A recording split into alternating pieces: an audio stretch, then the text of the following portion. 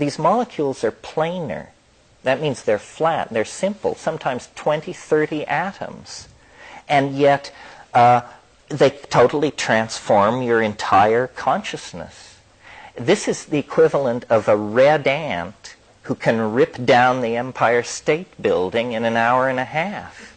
I mean, why is mind so delicately poised that such a tiny amount of pharmaceutical material can create such vast changes?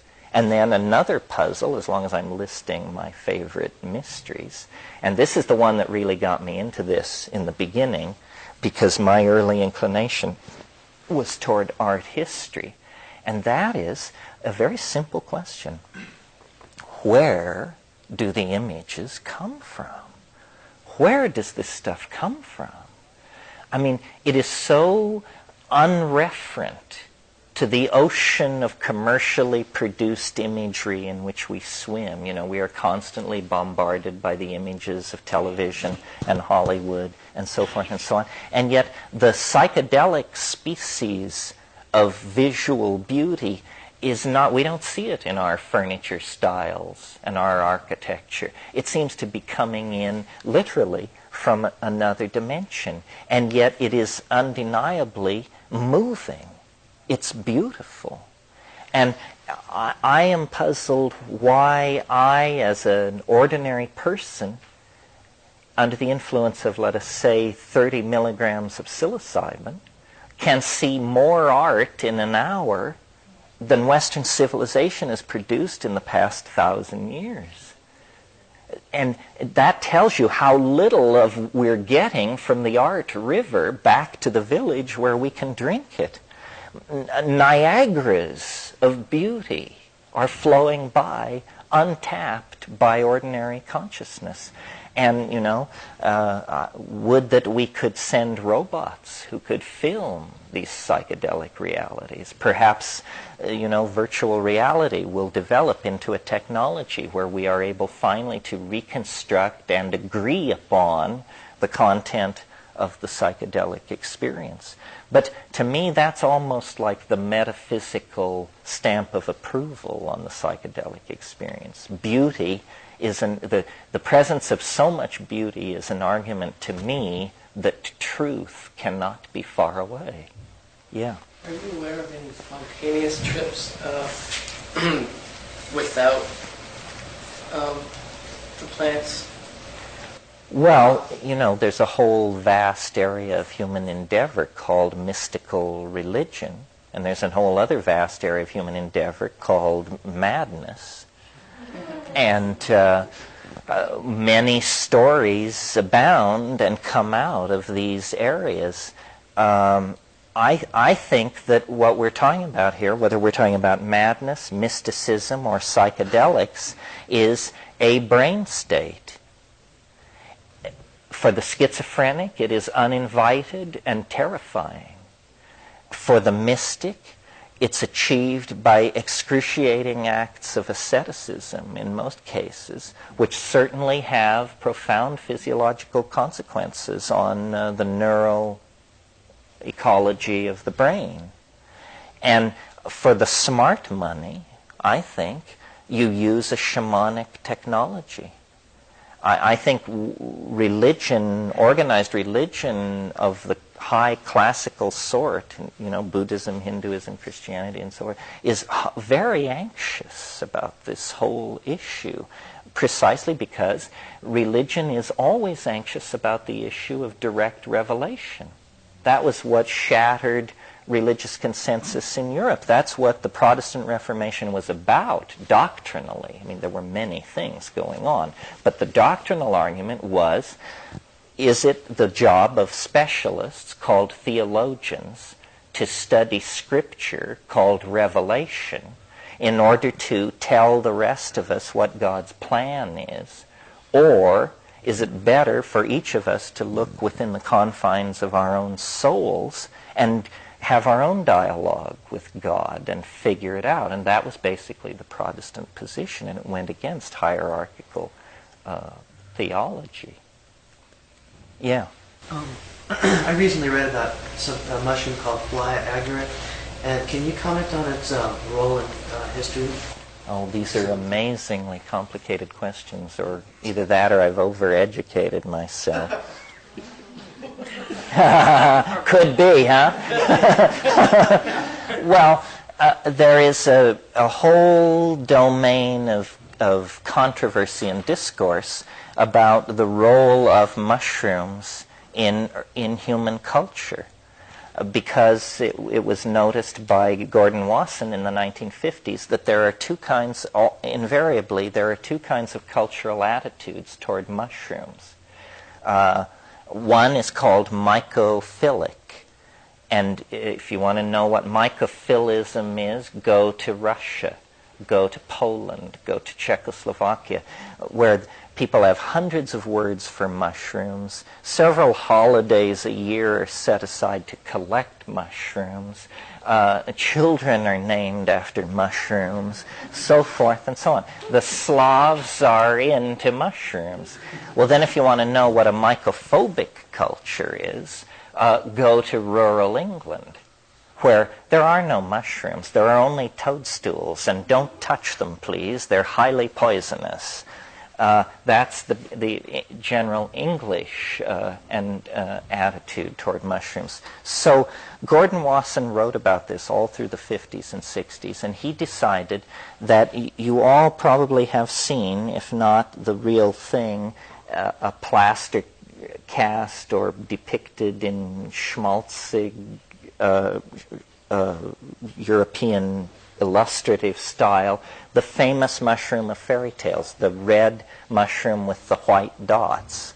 Well, that is Amanita muscaria, and it grows in a symbiotic mycorrhizal relationship to spruce and birch trees, and is used by the shaman of the Irkut language group and the Amur River Basin. And now it just happens that those people in the Amur River Basin were the first people studied by the new science of anthropology when it wanted to study shamanism. By chance, this was. And so ever since, the science of shamanism, whether we're talking about the shamans of the Amazon Basin, Central China, South India, or Tierra del Fuego, has had to labor within the categories created by the people who studied the shamanism of the Amur River Basin. And the use of the Amanita muscaria was tremendously overstressed by Wasson, I think. He wrote a book called Soma, the Divine Mushroom of Immortality, in which he argued that Amanita muscaria was the Soma of the Rig Vedas. You may not know it, but the Rig Vedas are largely these hymns composed in the Vedic phase of the Hindu religion to a mysterious intoxicant, Soma. Nobody knows what Soma is, but much scholarly ink and blood has been shed on the question. And Gordon Wasson argued that it had to be Amanita muscaria, and made a case which impressed some people and not others. The most damaging evidence against him was, it's hard as hell to get off on this stuff. And when you finally do get off, the experience is extremely ambiguous. I mean, shivering and salivating and thinking you're losing your marbles is not my idea of the ecstatic ascent to the presence of the pleroma. And a lot of other people thought so too. So then there was lots of hassle about, well then, it did seem that Wasson had secured the case that the Vedic hymns were about a mushroom. That was his breakthrough. But his mistake was he got the mushroom wrong and then created an entire false cultural history based on this error. And, you know, this, I'm not interested in flaying you with my theory, but if you're interested, it's told in the book Food of the Gods. Because, as I mentioned this morning, I think psilocybin was the catalyst that triggered the emergence of self-reflecting consciousness in human beings. And so my mushroom story is not a story of a subarctic toxic mushroom cult that carried itself into India along with the Indo-European invasions. My story is an older story about a mushroom that contained psilocybin and flourished in the grasslands of Africa and was present as nomadism slowly evolved into the domestication of cattle and, as we talked about this morning, the suppression of gender dominance with the addition of psilocybin in the diet created a partnership society that existed up until the invention of agriculture, and climatological change made the mushroom difficult to obtain. And at that very critical juncture, after perhaps 50,000 years of mushroom-induced suppression of hierarchical dominance patterns, the withdrawal of the mushroom from the human diet allowed the old pattern to reassert itself. But at this point, we had language, we had agriculture, and what did we do? We quickly organized monotheistic religions, city-states, warrior castes, god-kingship, the world of the lash and the god-king, basically. And we are the unhappy inheritors of that circumstance to the present day. And that's why our situation is so bizarre and why we are so neurotic, if you will. It's because human consciousness evolved in an entirely different cultural milieu than we now exist in. It evolved in a world in which the Gaian logos was absolutely real to every man, woman, and child in the society. And I believe that the tendency in the hominoids to form monogamous pair bonding was eroded by the presence of psilocybin because it promoted an orgiastic sexual style. And the social consequences of that were that men could not trace lines of male paternity. And so you have an intense impetus toward collective bonding in a group like that, because the children are our children, the children of the group. The nuclear family is, I think, a somewhat maladaptive fragmentation from all of this.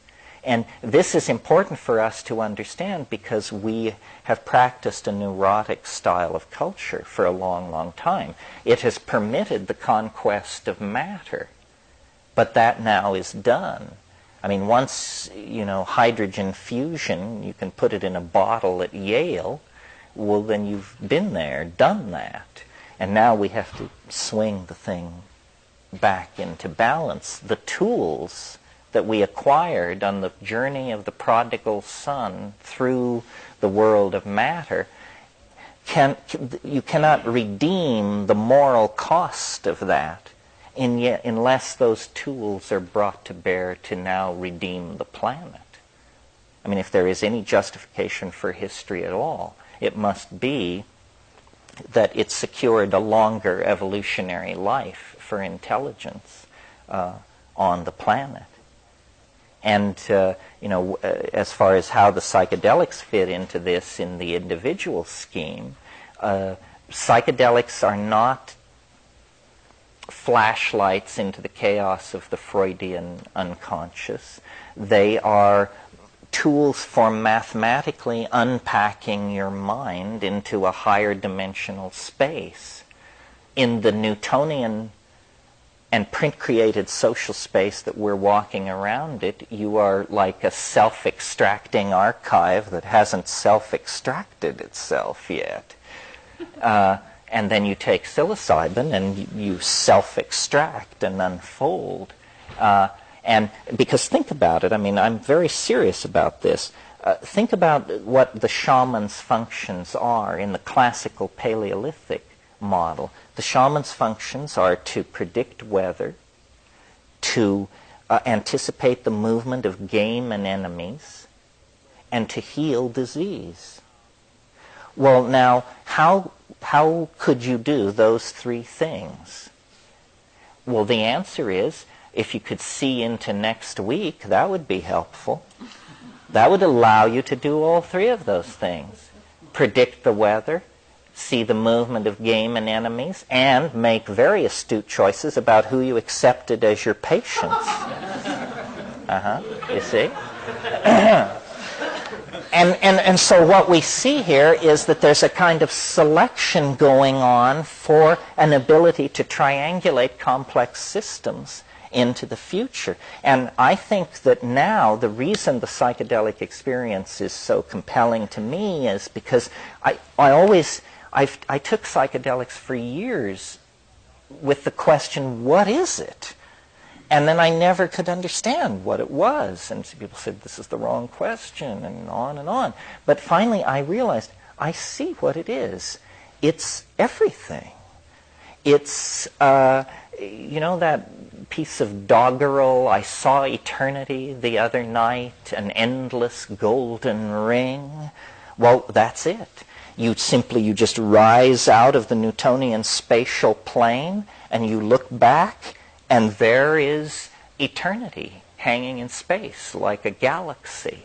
And that's what the psychedelic experience is a sectioning of.